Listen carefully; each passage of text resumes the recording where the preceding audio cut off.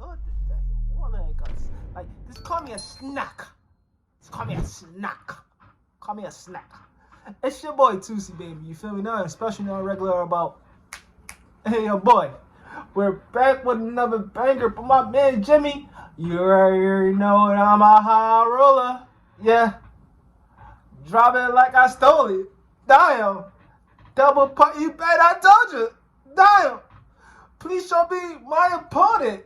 Damn. That's some little Uzi 2016. Young kids would never know about that joint, bro. He was the greatest rapper in 2016. He's the reason why 2016 was popping, bro. Tell y'all niggas right now. Look up the dance, everything. Summer 16, wasn't for Uzi. Ain't no 2016, bro. Stand. I ain't gonna lie to y'all. But like I said, let's get into my man Jimmy High Roller. The weird and crazy history of brothers in the NBA. Let's get to it, man, because I'm talking too much. Let's go. Let's get into it. On November 29th, the Chicago Bulls faced off against the Charlotte Hornets. It was a bit of a one-sided game. The Hornets went on a late run, but the Bulls pulled away in an easy double-digit victory. But the game itself was a bit of a sideshow to the Lonzo Ball-LaMelo Ball matchup. Two brothers going toe-to-toe on the biggest stage. For those of us who are brothers, you know something like this is a dream come true. Now, this isn't the first time Lonzo and LaMelo have played each other in the league. They've had two other matchups last season, but this one felt different. Both brothers going blow for blow, shot for shot. Lonzo with his absolutely lockdown defense, and LaMelo being his usual ultra-entertaining, high-octane self. Their parents sitting courtside, watching their children live out their dreams. LiAngelo probably getting up some shots in a nearby gym or something. I don't know. This game was a stark reminder of just how far the Ball brothers have come. From running a small dynasty in Chino Hills back in 2016 to facing off on NBA primetime, with all eyes on them. And this got me thinking, what was the greatest brother duel in NBA history? I mean, there's been quite a few sets of brothers that played in the NBA, so there's got to be at least one game that stands out from the rest. And I think I found it. It's crazy. Every young hooper's dream is to one day lace up in the NBA. If you're lucky, you might go on to have a good, long career. If you're really fortunate, maybe you'll go on to win a championship. Giannis did it, man. Look, he's crying his shit. Now, if you're among the extremely select few, you might just be able to suit up in the NBA with your brother. In the entire history of the NBA, there have been 70 sets of brothers to play in the league. From Seth and Steph, to Giannis and Thanasis, to Horace and Harvey. What the fuck is Back Harvey? in the late 60s and early 70s, there was a pair of brothers named Steve and Nick Jones. Steve and Nick played in the NBA and ABA together for 5 seasons, and somehow they never played against each other even once. That's crazy. Two players you've probably never heard of, Dick and Tom Van Arsdale, are undoubtedly the most competitive and evenly matched brothers in NBA history. That's not Throughout funny. their careers, Tom and Dick played each other a whopping 56 times. For some perspective, Brooke and Robin Lopez have played in the NBA for 13 seasons and have only played each other 25 times. Marcus and Markieff Morris have played in the league for a decade and have only matched up 18 That's times. interesting. Oh, yeah, During Philly Tom and breed. Dick's You feel me? 12-year-long Stand up. NBA career, their numbers looked like this. Nearly identical stats for the identical twins. The brothers were drafted in back-to-back spots in the 1965 draft. They both made the NBA All-Star team 3 times in the same seasons. They both retired on the same day, and after 12 NBA seasons, they somehow played nearly the same exact amount of games. That's weird, yo. For all the pairs of brothers you're familiar with in the NBA, there's nearly just as many players who have brothers in the NBA that you more than likely didn't even know about. NBA Hall of Famer George Gervin had a brother in the NBA named Derek. The OG GOAT George Mikan had a brother in the NBA named Ed. There was once an NBA player by the name of Dwayne Washington, brother of Derek Fisher. But of the 70 sets of brothers to play in the NBA, one family, at least in my eyes, holds the crown as the best pair of brothers in NBA history. Pau and Marc Gasol. Hailing from Spain, the two brothers had drastically different careers, play styles, peaks, and everything in between. But what they had in common was the great deal of success they both found throughout their NBA careers. Between Pau and Marc, they combined for 3 championships, 9 All-Star selections, 6 All-NBA team selections, a Defensive Player of the Year award, a Rookie of the Year award, over 33,000 points, nearly 18,000 rebounds, and a laundry list of international awards and accomplishments. If there's any image that encapsulates their dominance on the game, it's this one. a picture of both Mark and Pau at the 2015 NBA All-Star Game. That's the brothers goated. not only That's made goated, the All-Star though. team, they both started in the All-Star Game in the same season. Mark for the East and Pau for the West, which means that for a brief moment in time, two brothers were arguably the NBA's best centers. A fact Pau that still Gasol was a blows my power mind to this fucking day. forward. Who would have guessed that someday you guys would be jumping center in the Garden against each other in the NBA All-Star Game? It's unbelievable. Now, if you had to guess how many sets What of is brothers that? are in the NBA right now, what would your guess be?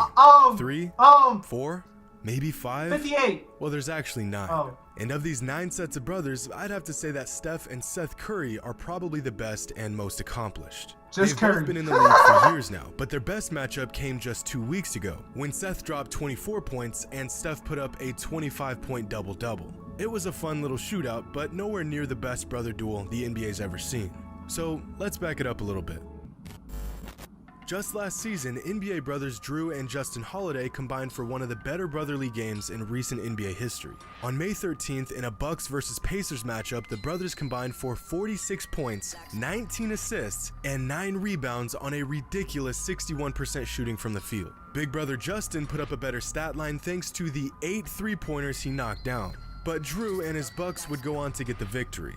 If we go back a few seasons ago, we'll find the 2018 Morris Brothers shootout, where Marcus and Markieff Morris put up these numbers against each other in a double overtime thriller, combining for 51 points, 16 rebounds, and 5 assists on 46% shooting from 3. No, they from Marcus had Philly, the I'm better sorry. stat line, but Markieff won the game, a game that I'm sure they'll never forget. But I know we can find a better game. If we stretch way back over 50 years ago, we will find what may just be the best NBA brother duel of all time, by none other than our good friends Dick and Tom Van Arsdale.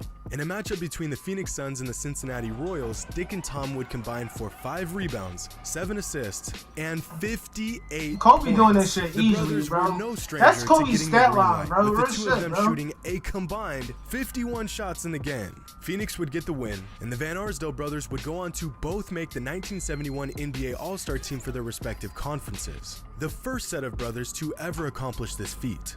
But there's still one game between 2 NBA brothers that was so incredible, it's hard to believe it even happened. On January 18th, 1988, the Atlanta Hawks were set to face off against a young Patrick Ewing and the New York Knicks. Dominique Wilkins was at the peak of his powers. Patrick Ewing was still young and still growing into the superstar he would eventually missed that become. shit. Why would you show that highlight? He On this missed that shot, particular bro. night, the Knicks relied heavily on a different player, a 6'6" shooting guard with freakish athleticism who could create and make his own offense. A powerhouse of a player out of Atlanta named Gerald Wilkins, Dominique's younger brother. Now, Gerald didn't have Dominique's size or strength or superstar status, but he sure did play like his older brother, and he can go and get a bucket like his brother That's fucked too. up. Gerald Wilkins in the backcourt. For the Hawks, it'll be Dominique Wilkins. Wilkins? What the fuck, bro? 27 points an outing. Adjustment there by the Knicks. Good pass ahead by Mark Jackson to Gerald Wilkins. Knicks looking good on that fast break opportunity. Inside for Atlanta. Dominique Wilkins to do a one-on-one move against his younger brother. Gerald with the good defense, but Dominique with the last move and the last word. And Gerald was whistled for a foul, and he doesn't like that, and he gets charged with a technical. Oh, man, good move. How aggressive Bro, what's up with this quality, bro? What the fuck? Wilkins off the inbounds pass, approach the 8-minute How mark y'all of the watch third these quarter. games Wilkins at coming off the home pick. and a fucking 80? This quality Dominique is will go over fucking 3, ass. makes it. I got my That's vision Gerald fucked up, Wilkins from the bro. left corner. Wilkins with the strong move against Brian Quinnett. Gerald Wilkins over Rasmussen. Ham trying to use Hey, what what the Daniel fuck? pick. Goes right Ooh. and goes strong. One-on-one opportunity. Yo, if I was in a fucking 80s, bro, I'm dropping a fucking 45 points, bro. Easy, bro. 45 points Gerald easy, bro. Wilkins from the left corner. You're fucking so Three-point slow, shot. bro. On the head Oh, to look. the court to Gerald Wilkins. Nice What did that move my Brian fucking Quinnett with a 3-1 sleep, bro? opportunity. Knocked away by Dominique. Look out, ladies and gentlemen, because it's... Oh yeah, I'm giving y'all basketball videos and like when it In get what should have warm. been just another regular season game in the middle of the season, the Wilkins brothers put on an absolute clinic. Combined, the brothers put up 8 assists, 14 rebounds, and 73 Damn. points. 70 It was going at it. points. The brothers were lighting each other up, leading both their respective teams in scoring. the best game between two brothers in NBA history. If two NBA superstars face off and score 73 points, it would be an incredible game. But when two brothers do it, it is an absolute anomaly. Or at least it would be for anyone else. But not these brothers, because in their very next meeting, the brothers combined for 58 and 9. The meeting after that, they combined for 57 they was and going 20. at 2 it. seasons after that game, Neek and Gerald combined for 9, 12, and 54. And in a 1991 shootout, the brothers combined for 7, 7, and 78. While researching this video, I found that the gold standard for a great brotherly game was about 50 combined points. This has rarely happened in the NBA's 75-year history, and most of the times it did occur, it was between the Wilkins. Because in the 42 games the brothers played each other, they combined for 50-plus points 13 times. A brotherly rivalry that will more than likely never be topped. But the Ball brothers definitely have the potential to put on a show like the Wilkins brothers did. Lonzo's going to It's have like just a a matter better of career than time. LaMelo. The newest and LaMelo's most gonna be more exciting addition flashier. to the long Sorry. list of NBA brothers. Lonzo's win more Some you've never championships, heard but of, LaMelo's going to others win like you can't MVP forget. and shit like that, bro. Hope you all enjoyed, and as always, until next time.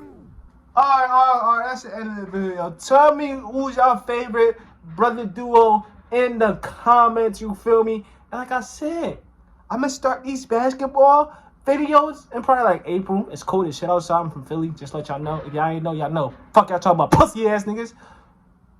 I'm not pussy though, I'm sorry, I'm not pussy. I'm just talking my shit. Like I said, bro, like, comment, subscribe on the channel. You already know we already going all the way. 100 subscribers by the end of December. We already fucking know Toosibabyyy out, though. Peace.